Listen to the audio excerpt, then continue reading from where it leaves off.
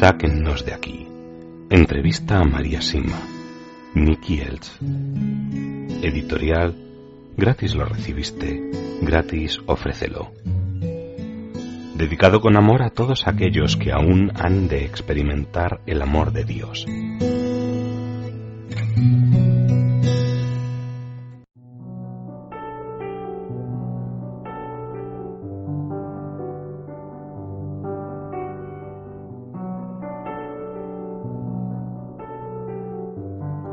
Sufrimiento y reparación.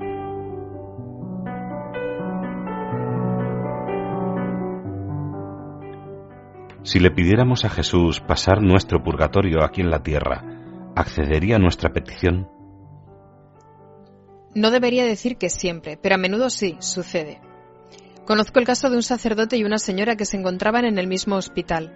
Ambos estaban muy enfermos, pero así todo podían levantarse y charlar. Salían fuera a menudo y llegaron a conocerse bastante bien. La señora no era mayor, le dijo al sacerdote que le había pedido a Jesús exactamente eso, poder sufrir lo suficiente aquí para poder ir al cielo directamente, a lo que el sacerdote le respondió: «Yo no me atrevería a pedir algo así, sería como demasiado audaz». «No», replicó la mujer, «si se lo pido a mi Jesús, confío en que Él me lo concederá». Una hermana religiosa del hospital conocía a ambos y había oído varias veces lo que había dicho esa mujer. Entonces sucedió que esta señora más joven murió primero y al poco tiempo falleció también el sacerdote. Poco después se le apareció el sacerdote a la religiosa y le dijo que si hubiera tenido tanta confianza y hubiera sido tan devoto como la mujer, él también se hubiera ido directo al cielo sin pasar por el purgatorio. ¿Se castigan a ciudades o naciones enteras, o como usted prefiere decirlo, Dios les pide reparación por sus pecados pasados? Sí, así es. Entonces, si todas las personas de Occidente confesaran sus pecados y continuaran rezando y reparando y haciendo buenas obras por sus familiares difuntos, disminuiría drásticamente la reparación que usted dice que Dios va a enviarnos pronto. ¿Lo he entendido correctamente? Sí, es así de cierto y de sencillo. Que recen y se confiesen, y luego que recen también por sus familiares difuntos y que ofrezcan buenas obras por ellos. Entonces Dios disminuirá la reparación que tiene planeada y que vendrá sin que nadie tenga antes ningún conocimiento previo. Cuando se le presenta el alma de un sacerdote, ¿qué sucede, María, al no tener familia que haga sufragios por ellas al morir? Me tienen a mí, cuentan con buenos amigos y yo soy uno de ellos. Aun aquellos que no la han conocido personalmente. Por supuesto, haré por ellos lo que sea necesario. ¿También aceptaría algún sufrimiento? María, ¿desea hablar sobre esto? Jesús nunca nos da más de lo que podamos soportar.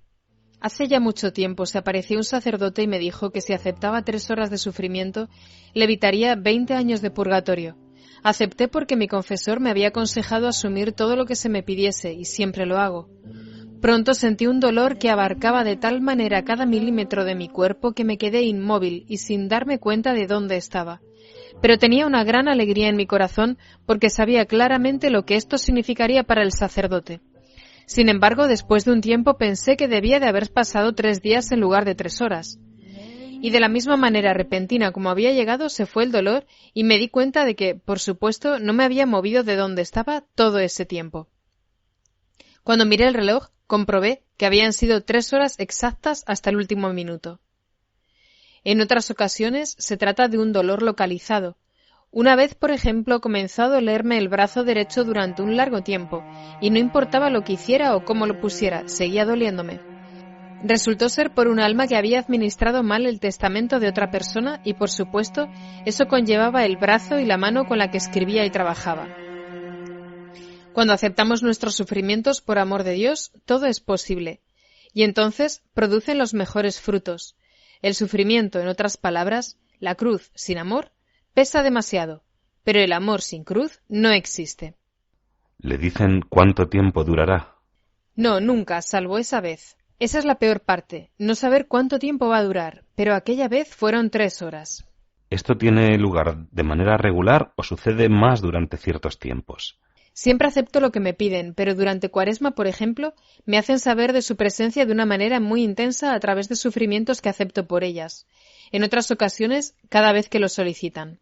¿Sigue aceptando estos sufrimientos en estos días, con tanta frecuencia como en los primeros años? No, ahora son menos que antes porque últimamente he viajado mucho más para dar conferencias y esto también ayuda mucho a las almas. Cuando era joven, ¿pensó alguna vez que viajaría por las ciudades de Europa dando conferencias en amplios salones llenos de gente? Nunca. Me hubiera reído mucho y me hubiera asustado de solo pensarlo. Pero Dios me da ahora la fuerza y el coraje para hacerlo y estoy convencida de que producen muchos buenos frutos y le estoy muy agradecida por esto. ¿Has sentido la angustia y el miedo como el que sufrió Jesús en Getsemaní? No, hasta el momento eso no ha sucedido. Esta equivalencia, 3 horas por 20 años, como ha dicho, ¿es siempre la misma o a veces difiere? Es totalmente diferente en cada caso. Eso se debe a que existen infinitos niveles de purgatorio. Una bendita ánima del purgatorio me dijo que 10 años de purgatorio leve son mucho más fáciles de soportar que 2 días del más profundo. Además, no debemos pensar que un alma ha de sufrir lentamente por los niveles de uno en uno para finalmente llegar al más alto. Pueden ir desde el más profundo directamente al cielo. ¿Cree que los sufrimientos que ha aceptado voluntariamente son similares a los del purgatorio? Sí, creo que sí. Una vez que desaparecen los dolores, en mi cuerpo no queda ninguna cicatriz ni secuela. Eso significa entonces que se producen enteramente en el alma, y eso me hace pensar que son muy similares. Si vemos a alguien con muchos dolores, ¿podemos intervenir y ofrecer a Dios nosotros ese dolor por ellos? Sí, pero no cuenta tanto como cuando es la misma persona que sufre quien lo ofrece. Y si se trata del propio dolor y uno hace bien durante un tiempo, pero luego pierde la paciencia y más tarde lo ofrece al cielo, ¿tiene esto valor? Sí, pero no tanto como haciéndolo en todo momento hasta que desaparezca.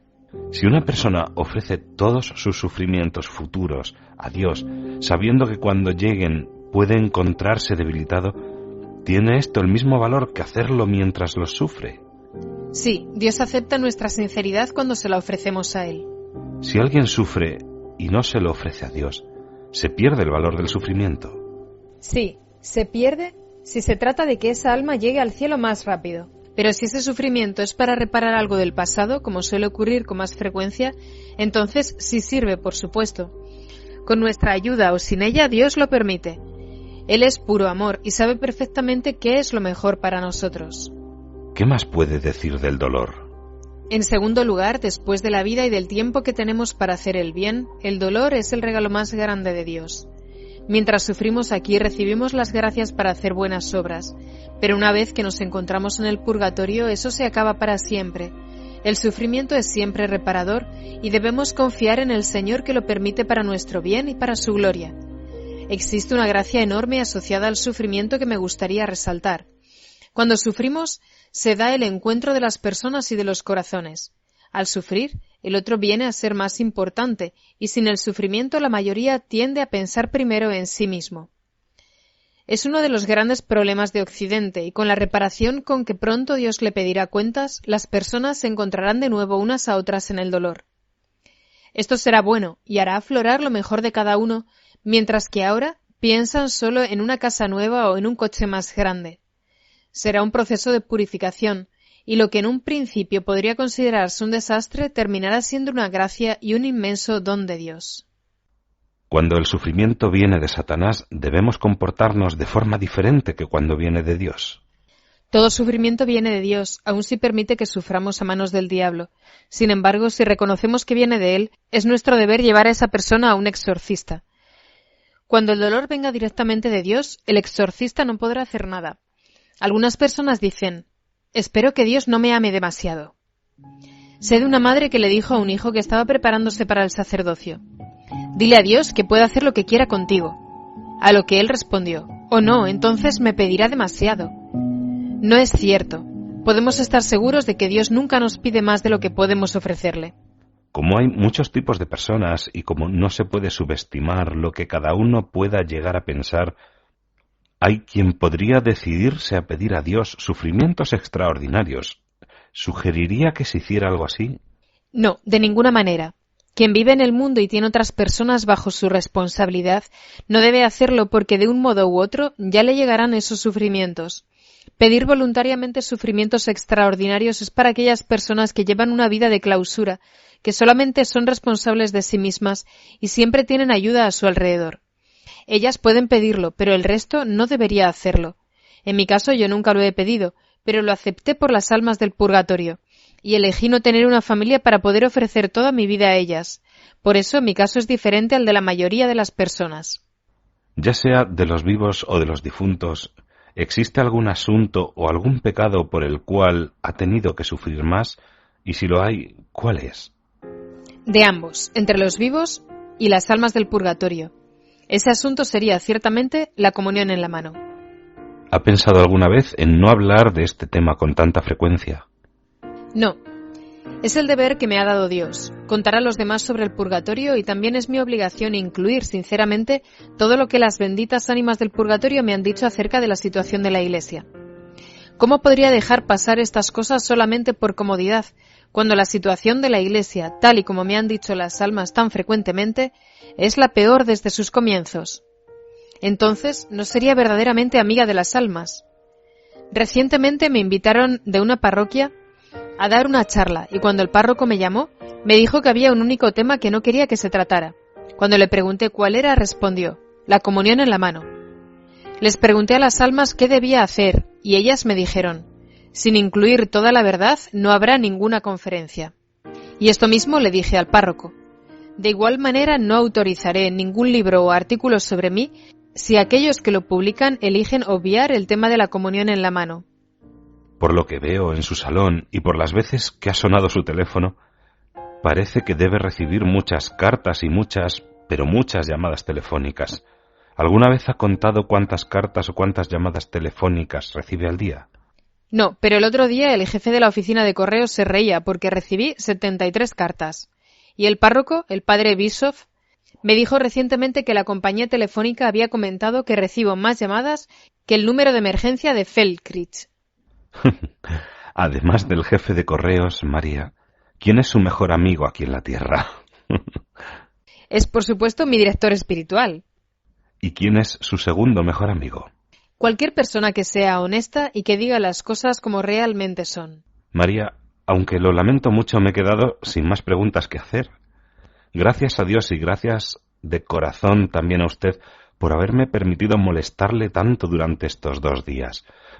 Pero antes de irme, ¿podría contarme solo un incidente más en el cual las almas ayudaron a alguien e hicieron algo inusual, poniendo énfasis en su gran necesidad? No me ha molestado. Fue un placer responder a sus muchas preguntas tan inteligentes. También yo agradezco a Dios y a usted por ellas. Y con respecto a lo que pide, déjeme pensar un minuto.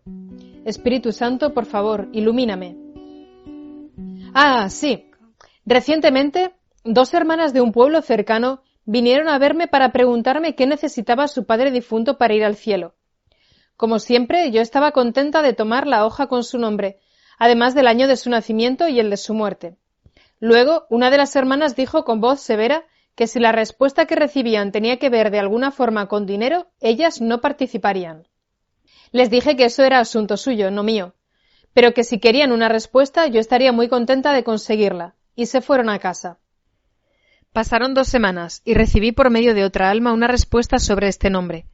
Les hice saber a las hermanas que ya tenía la respuesta para que vinieran a buscarla. Vinieron, y la respuesta decía que su padre necesitaba que se celebraran 7 misas para poder ser enviado al cielo. Partieron sin decir nada, tras dar las gracias cortésmente. Tiempo después vino a visitarme otra mujer de ese mismo pueblo por un asunto totalmente distinto, pero sucedió que era vecina de aquellas 2 hermanas. Tras conversar de sus cosas, le pregunté qué era de estas 2 mujeres, y respondió: «Oh, les está yendo muy bien ahora. Estaba precisamente con ellas cuando discutían por la carta que usted les envió, preguntándoles por qué permitían que su buen padre siguiera sufriendo. Estaban impresionadas por lo que estaban leyendo.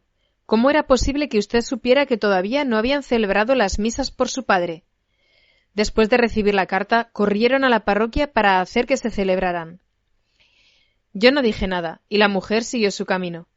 ¿Puede creérselo, Nicky? Yo nunca escribí ninguna carta. Dios mío, Es asombroso. Sí, las almas son una maravilla. Aconsejo a todos que comiencen a rezar por ellas y no pasará mucho tiempo sin que las almas se involucren y comiencen a socorrer a sus amigos de forma que les dejarán asombrados. María, como conclusión, ¿qué le gustaría decir al mundo si le dieran la oportunidad? Solamente que, como ya he dicho antes, las almas del purgatorio me han comentado que la Iglesia se encuentra en el peor estado de su historia, pero también me han informado de que la situación mejorará y que tengamos esperanza. Vendrán tiempos pacíficos. Antes de esto, sin embargo, habrá una gran tormenta, sobre la cual nuestra Madre no desea que nos preocupemos ni que pensemos en ella o andemos con suposiciones. Dios siempre cuida a sus hijos. Esta gran tormenta incluirá las profecías de la Salet, que anuncian que algo que nunca antes hemos visto se acerca a nosotros, aquellas de Fátima, y también incluirá la advertencia de Garabandal y los secretos guardados por los niños de Medjugorje. Para terminar, me gustaría contarles lo que nuestra Santísima Madre y la Madre de Jesús nos recomienda al respecto. Orar, y pronto, por la paz del mundo, para que lleguen a todos nuestros hermanos y hermanas el amor y el perdón de Dios, que son inconmensurables. Me parece que debe haber una enorme cantidad de personas que le piden que rece por ellas. Si es así, ¿qué hace por ellas?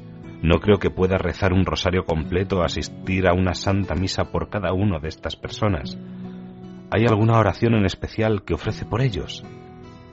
Sí, hay una. Las almas me sugirieron que rezara lo siguiente por ellos.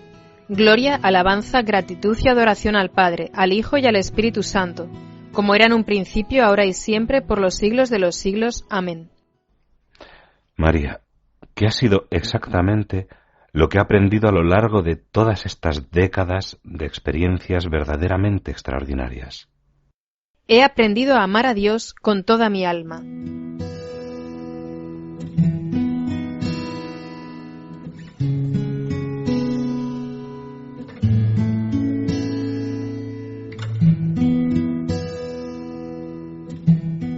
Sáquennos de aquí.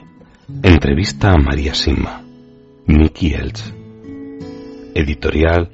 Gratis lo recibiste, gratis ofrécelo. Dedicado con amor a todos aquellos que aún han de experimentar el amor de Dios.